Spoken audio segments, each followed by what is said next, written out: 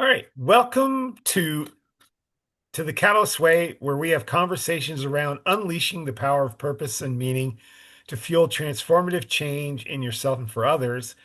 We are now on episode 24. So we are one more away from our 25 episodes in the year 2025. So today's episode will address the third pillar, which is pillar number three, which is find your right pond, aka where am I here to go? Hmm? And before I ask the questions or the three questions around it, I think I'm going to give a really quick description of the pillar because I think it really helps to understand where we're going with this. And we just had a training last week, and I think the thing about the pond, finding your right pond, is about the people and the places. So, who are the people that are going to be involved in this Catalyst Way journey? And where are the places you need to do the Catalyst Way work? So, that's what this third pillar is all about. And to be honest, we knew this always was meant this way, but today it literally like hit us like a bolt of lightning. Bang! That we were so good about finding the people and the communities, but we didn't do anything, we didn't do much about finding the place until today. Correct. So it was fun having that epiphany. Even we get epiphanies doing the work Sure. all the time. Yes. So the three questions around finding your right pond. Question one is the anchor versus the accelerant. Who in your current inner circle consistently functions as an anchor, which means people who hold you back, rather than an accelerant propelling you forward? How do you find more accelerants? So that's the first one. The second one, the environmental demand. Does your current daily environment, your home, workspace, or community actively demand that you show up as your high self, or does it allow you to default to the path of least resistance? And then the third one, the unclaimed community. If you had to choose between your work career and or relationships connections, where have you invested the most and least intentional amount of time? How has this affected your life in a positive and or negative way? So those are the three questions. Now, I would say we probably don't need to answer the first one, which is who in your current inner circle consistently functions as an anchor, because for the most part, we've eliminated anchors from our lives or minimized the impact of anchors. So they might be in our life, but they have very minimal impact on how we do our day to day. Agreed. Yes. I So would I say don't we're really more know so if we along the need lines to, of accelerants. right. So I think we've so focused on accelerants that we Right. don't really think about anchors much. So Hmm. I think it's really the other two questions. Yes. So which one do you want to take a stab at? So let's let's have question number two again. I'd like to hear that one more time. Okay. Does your current daily environment, your home, work, space, or community actively demand that you show up as your highest self, or does it allow you to default to the path of least resistance? So I like that question. Yeah, I was going to say, I think that would be the question to at least start with. And I would say for for me, especially if you are in a place where you are self-employed, I think it can be easier to fall into that path of least resistance Mhm. because you don't report to a boss per se. So there's really no one that's looking over your shoulder and making sure that you're doing what you're supposed to do. There isn't a work review coming up, a performance review coming up. So you, in essence, are your own boss, even though you do have others, constituents that you do report to. It's just not in a formal manner. So I do think in that way, it's easier to fall into a more relaxed way of doing what you're doing. You get it done. You just don't stretch the envelope because you really don't have a reason to. But then again, yes, you do. It's just not glaringly obvious unless you have someone who is like what we touched on in question number one. If you have that accelerant, you've got that person around you who may not be directly connected to your workspace, but they are in your life to help get you out of that comfort zone, to help make sure that in your day-to-day operation you're doing more than you should do. Because human nature is, but I got it done. And it's not really whether or not you got it done, it's, Ivor, could you have done more? And more often than not, the answer to that question is always yes. Well, then why didn't you? And the answer to that question is, well, who's really going to say anything if I don't?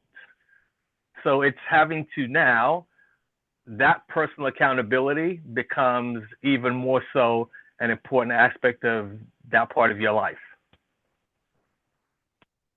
Yeah.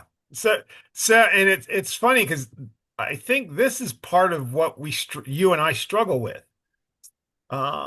Because even though we show up as our higher selves, are we really doing like, we were talking about being a role model for the tribe, for the Left on Cattle's community. And we just did this 3-day workshop or this 3-day training. And are we, there's a few people there that want to do this as a business. And we have many people in the community who want to do this as a business. And the question is, are we leading them as if they could start this on their own? And I'll be honest, I'm sitting here thinking, I'm comfortable. You give me a workshop every 1 or 2 months. I'm good. I don't really need to push. The path of least resistance right now, give me a couple of workshops, make a couple of $100. I get that covers my golf and pickleball and tennis for the year. I'm good. I don't need to do more. But are we really serving our community the right way? And that's what it comes down to, right? It's serving our community and understanding that the vision, the higher purpose is, how do I best help you get to where you need to go? And that puts a greater demand on me to make sure that I do what I need to do so that I can help you get to where you are striving to get to, especially if you're in a situation where you may not even be clear on what that's supposed to be. Now it's even more imperative that I make sure that I am carrying that strength for two, right? This is the whole superhero, right? That it's, yeah, I got to go there, but I'm not doing it just to say I'm a superhero. I'm doing it because you need that from me.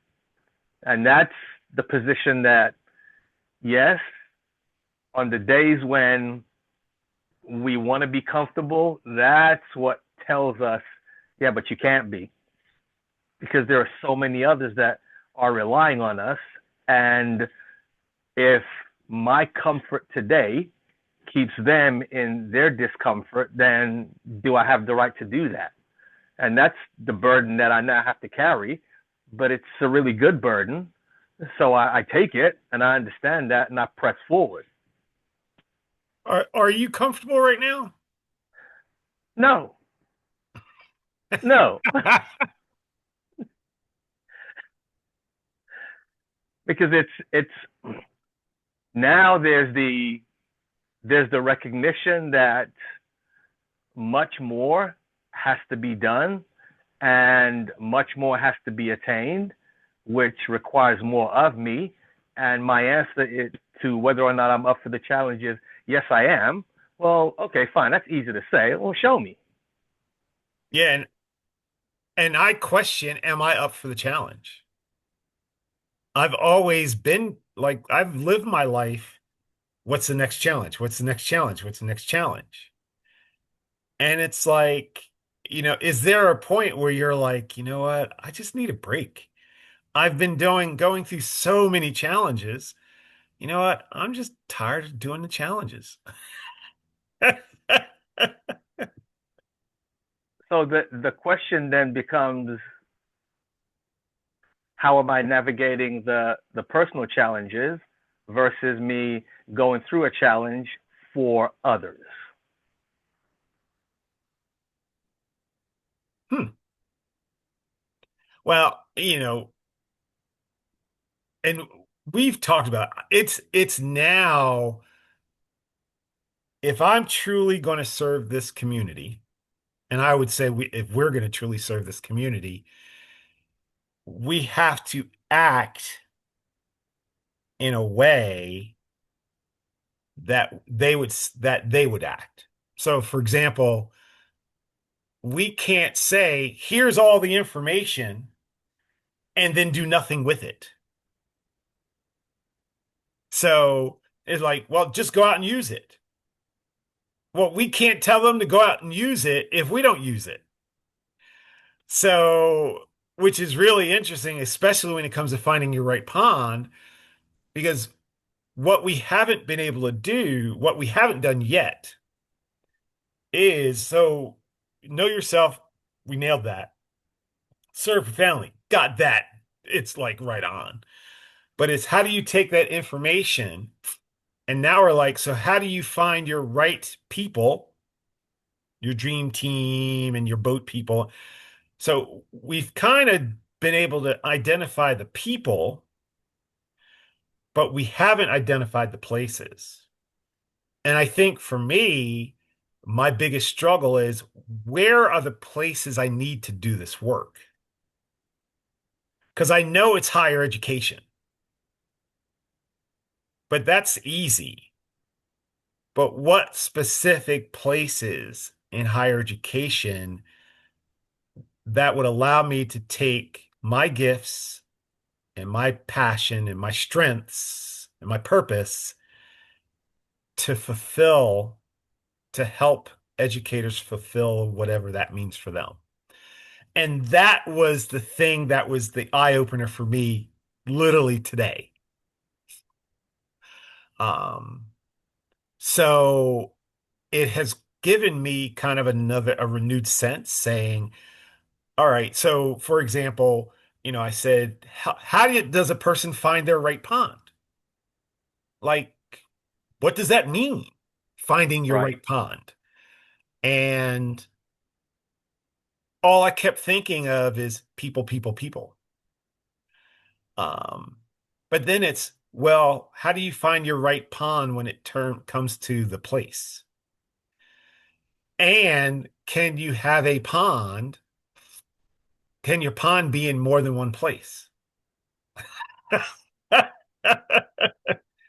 And I think we'll answer those questions as we go along, Yes. in 2026. But, I would say your purpose probably, so the work you do is probably, or your vocation's one thing.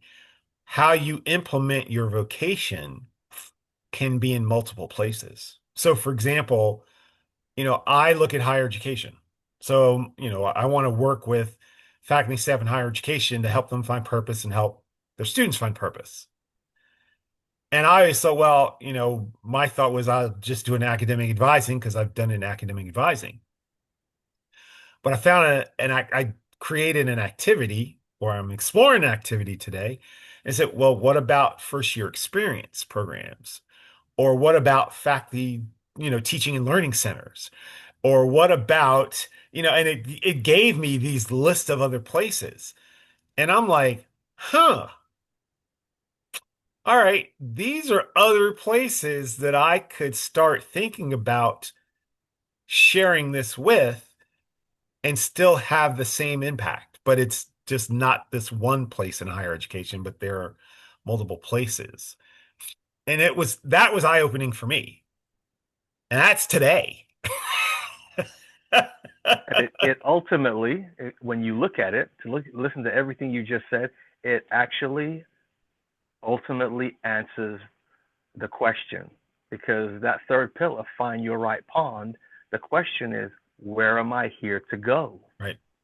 Right? So that answers that question, because that's what we want help with is I've I've got my people. That part's figured out, but now where am I here to go? Right? So now it's how do we take care of making sure that you don't have all of these pieces in place and you're still drifting. Right? You've got all these pieces in place and you're directionless. Because that's the last part of the puzzle. So now let's make sure that yeah, you do have a direction, because otherwise, man, I know myself and I'm serving profoundly, and you're serving profoundly in the wrong place. Well, that's got to be about as frustrating as you can get. Right. Right. So would you say that you're serving profoundly at the level you want in the places that you want to do it in? I would say in some of the places, yes. At the level, I still think the level could be better. Mm-hmm. Because that almost starts to address the last question, which is, if you had to choose between work and relationships, where have you invested? Where do you need to invest your time? And I think it's doing what you really want to do in the settings you really want to do it in. Correct. And that I think is what 2026 is going to look like for us is really doing this work in the settings where it really needs to be done, where not only we flourish, but those we serve flourish. And that's exciting. Like I just got chills after I just said that. Because it really is that's the last piece. I mean, and then the small details, like I shared with you earlier today, how do you pitch to these groups? Well, literally, I got pitches now. Like I Right. came up with pitches.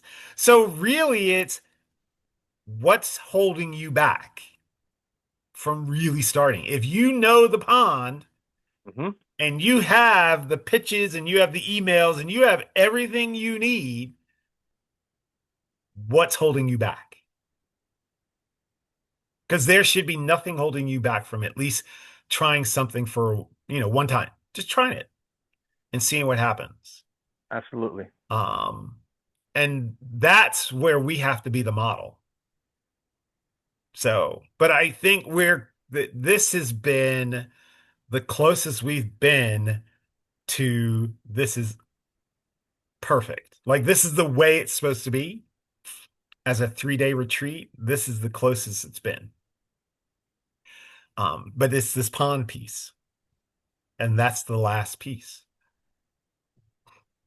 So, so it's an interesting answer to these questions, but I think it's really important that, you know, to think that know yourself, serve a family, find your right pond are the three pieces of the Catalyst Way that could really lead to taking your life to levels you can't even imagine.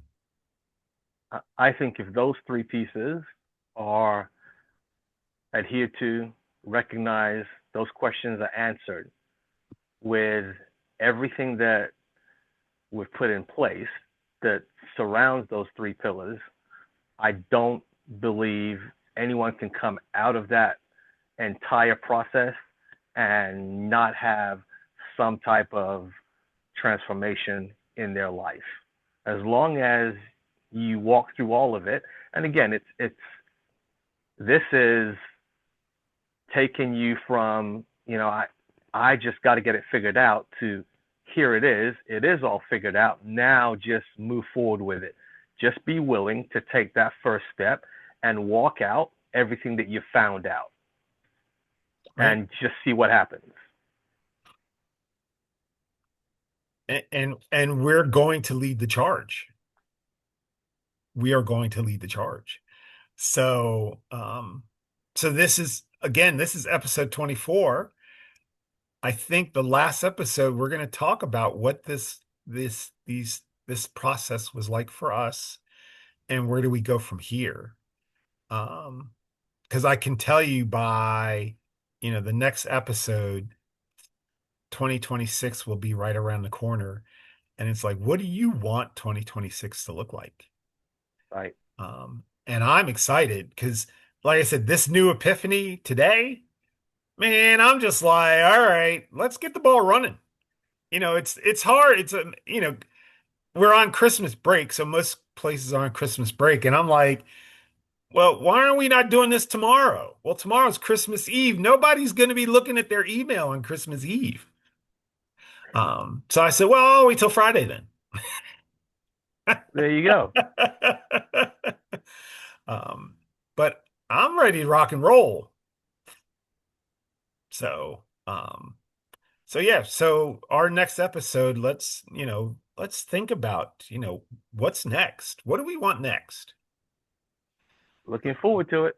So, all right. Well, thank you all for joining us. I hope you found it interesting. We do as always. Thank you and have a great day. Yes. Merry Christmas. Bye for now.